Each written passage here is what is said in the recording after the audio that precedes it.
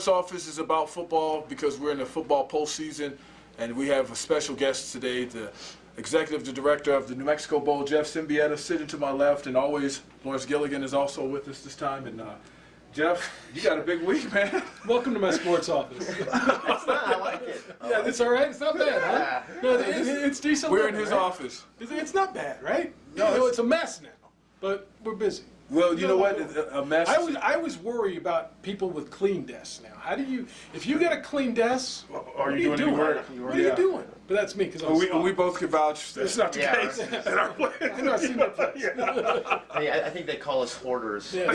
Hoarders, the word. That's what we do. Yeah. Welcome to my hoarder shop. You could probably do a pretty good show in here selling this stuff off. Well, speaking of which, man, for people who might not know how crazy this week is for you, I mean, just give them a taste of it. Tell them, I mean, because we walked in, we saw all these boxes, all these gifts all over the place. It's like a maze of gifts for all the teams and stuff like that. And then you're doing that, you got a game to do. You got people calling you because there's certain things that go with the game. And no, the detail is tremendous. Everything from tickets. That's what people say to me. What do you do all year? You got a great job. A, yes, I do have a great job, and I love it. But B, I'm working all year. And this whole staff is working all year, and we're in go time. But you walk through that maze, and you saw the variety of gifts and the boxes, and just how many people are going to work. Today, we're a week and a day out when we're sitting in the office. But I'm dealing with flights, hospitality. I'm booking rooms for Gildan people who are coming in, ESPN people, getting pictures of Tony Dorsett, who's going to be our guest speaker, working on sponsorships, putting together signage, proofreading the program, and that means the work is done now. We're finishing it, but it's the detail that goes into an event like this probably would make people scratch their head and just go, wow. And I always feel like I'm missing something. For instance, I was putting together a list today.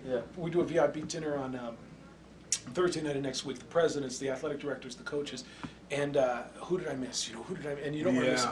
We're putting together the basket list. Who's getting the VIP baskets? Make sure you don't miss. Okay, the Pac-12 commissioner's coming in on Friday night. Okay, and so is the person from the Mountain West commissioner. And we got to take care of the guy from ESPN. And we got this group over here. And what are we giving them? What size should we give them? And there's a ton of detail. Yeah, it's crazy. It's fun. We've been doing it 7 years now. I think we're pretty good at it.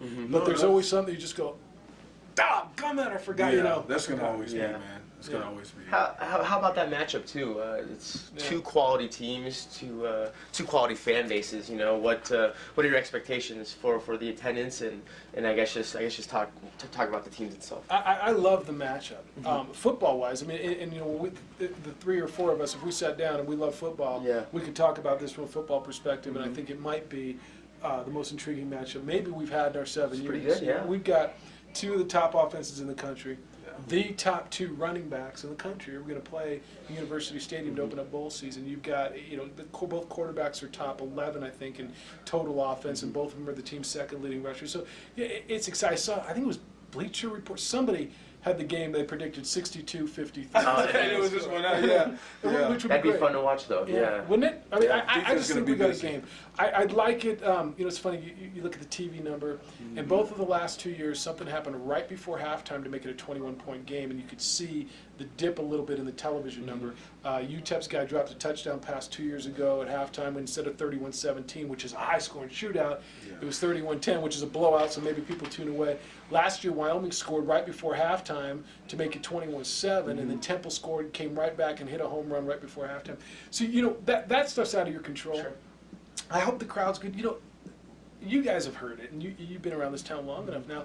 People have been saying, when are we going to get a Pac-12? When are we going to get, they always say, it's a BCS team. That's what everybody always wanted it. We got one.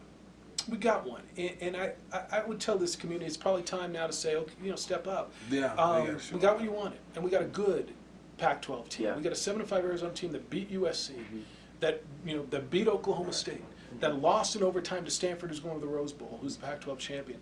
Rich Rodriguez is a big name coach from the Pac-12 side. So I think we got a really good team. It used to be, 6-6 teams. We haven't had a 6-6 team in 2 years. We had 2 8-4s last year. We got 2 7-5s this year. We got a Hall of Fame coach in Chris Ault, the second leading rusher in the country in Stephon Jefferson. I love the matchup, and hopefully it's time where New Mexico steps out and says, you know what, we really, really are stoked that we have this game, and we're fortunate. There's 28 communities in America that have a bowl game, and there's a bunch of them who have 2, and there's a lot more who want them. And the reason is bowl games are great for every community in which they're played. Yeah. The economy benefits. There's a direct spend. There's profiling. We're on television for 3.5, 4 hours talking about New Mexico and Albuquerque and Albuquerque and Albuquerque, New Mexico. There's no negatives to it. And so hopefully with this matchup and you know, talk to Ron Kenny about the forecast. And hopefully, I know everybody wants snow, and I do too, Right. on the 16th, not on the 15th. But you know, I think we've got the potential of something really good. What about, you know, you talk about the 7 years that you guys have been going. You believe that? I know, it seemed like it was yesterday from the first game, but I remember all the games, you know, like I remember the Lobos playing Nevada, and I remember Garth Johnson, and I remember Wyoming and Fresno shocking everybody because that game was insane. They stopped Ryan Matthews 4 times at the goal line, and that's It's unbelievable, man. That is unbelievable. But what's the overall health of like the bowl? I know like you guys, you know, like everything, the economy gets tightened, and Sure. I know you guys had to cut back in some of the funding from the state and stuff like this year. How are you guys doing, and how do you offset any kind of cuts? I would tell you that the bowl is healthy, and like any other business, you know, we've had to make adjustments as the economy went the way the economy went. You know, in 2006 was different. It was doing business in a different climate than it is in 2012.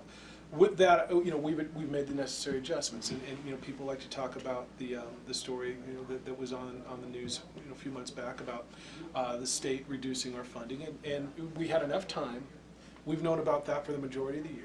We've had enough time. We were able to retain enough of our assets. We're able to go out and find partners in our national base. We got a national sales team because we're owned by ESPN.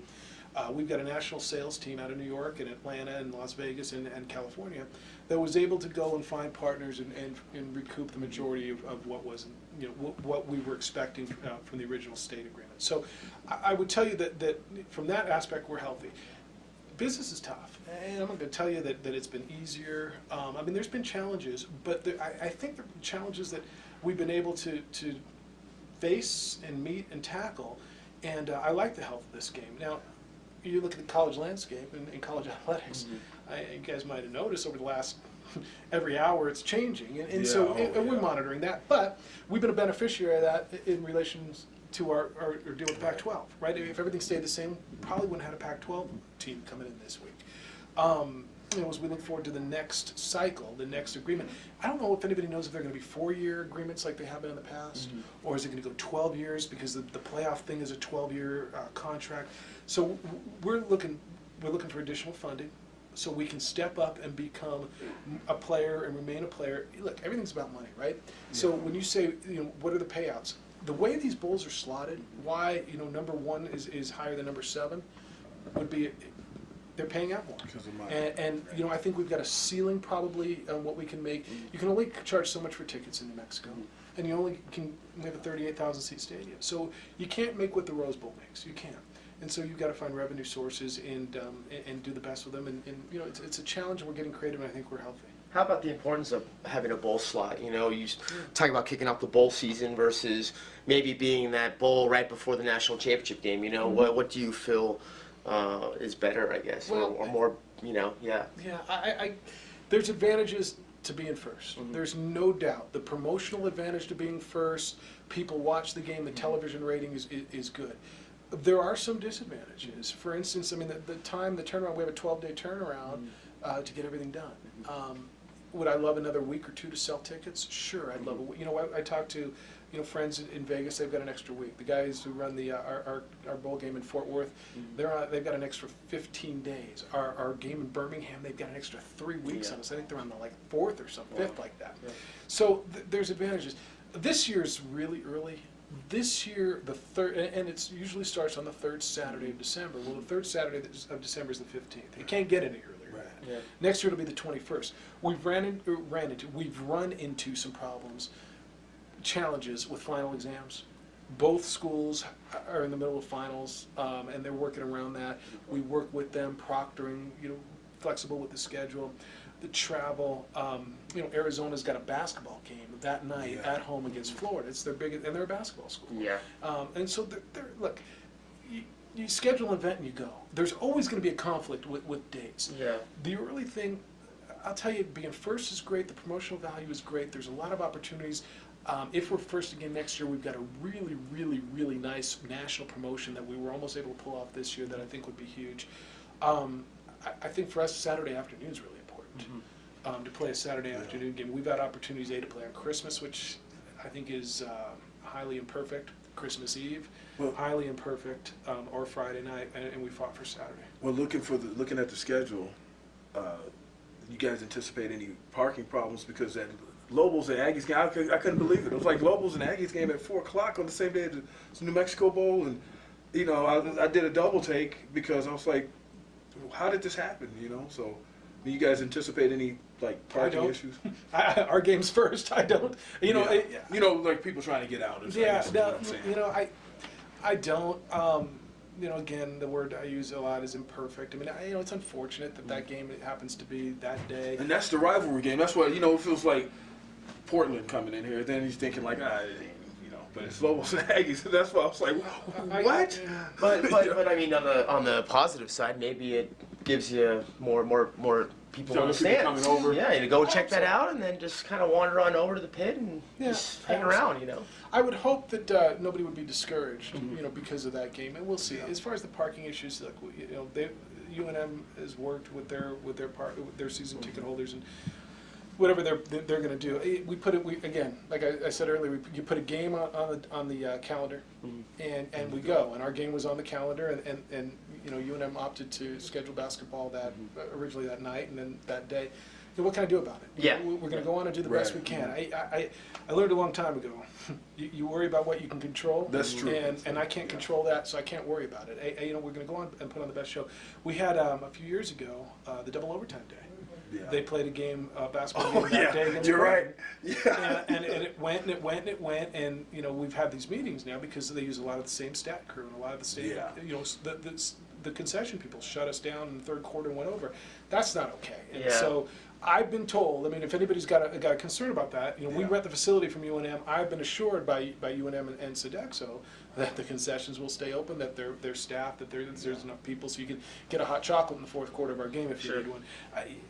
Again, is it imperfect from our angle? Maybe if you ask me, would we rather, would we have scheduled that for him? No, but that's the way it is, and we're going to go on and be a partner and do the best we know how to do. That being first thing, I was just sitting here thinking that you guys are going to probably have a better chance of having a good game because the players will still be sharp. They're not sitting at home Something eating to mama's that. cooking, and then, okay, we got to start playing again. It's almost like the first week of practice. Yeah. Everybody's not sharp and different things like that. But you guys, it's like they just had a bye week, and here they are. They're back again. Yeah. So I think, with that said, you probably have the potential to have a pretty exciting game. Yeah, and Rich Rodriguez mentioned that the other day. He said it is kind of like a bye week. I guess if you can stand out early, you're gonna it's gonna make an impression. Yeah. I think once you get into bowl week and there's a game, and I'm not belittling everybody. I mean, you spin it however you want to spin it. And if you're on Thursday night at bowl week, in the middle of it, you're going to have the greatest slot ever. Right? And I get that. But once you start getting into them, I mean, there's one every night, and you got the Poinsettia Bowl, and then you got the Beef O'Brady's Bowl, and then you got the Mako Bowl, Las Vegas, and then all those. The Gildan New Mexico Bowl is first, and then it's followed that day by the famous Idaho Potato Bowl. And that's my favorite logo. Even that logo. That's you my got favorite meat and logo. potatoes. Well, did you see it's like a potato. Using beef and It's a football that's a potato with the sour cream as the base. It's a great logo. But being first is good, and I think the game will be good. I think and bottom line is, then I can get some Christmas shopping done. Yeah, My little you know what? My You're little right. girl, I got to go talk to Santa because my little girl now will need some Christmas, and for the first time in 7 years, I'm going to have 9 days to shop. 8 days. That's huge. Yeah, no, that's gigantic. And then I might even go and watch the San Diego County Credit Union Poinsettia Bowl, maybe the Mako Bowl, Las Vegas, and might even get to the national championship game. We'll see. Well, I know you got stuff to do, Jeff. Lawrence, you got anything else to ask him about? Or It's good. See you on Saturday. No, fellas, welcome to my Yeah, sports appreciate it. office. Yeah, You guys appreciate are it. welcome here Yeah, it's anytime, nice. and I appreciate it. You guys you've been unbelievably supportive, and you guys get it. And I guess if I had anything to say to people on the way out is embrace this, because this is a quality of life thing that a lot of communities want. We've got. And I want to grow it.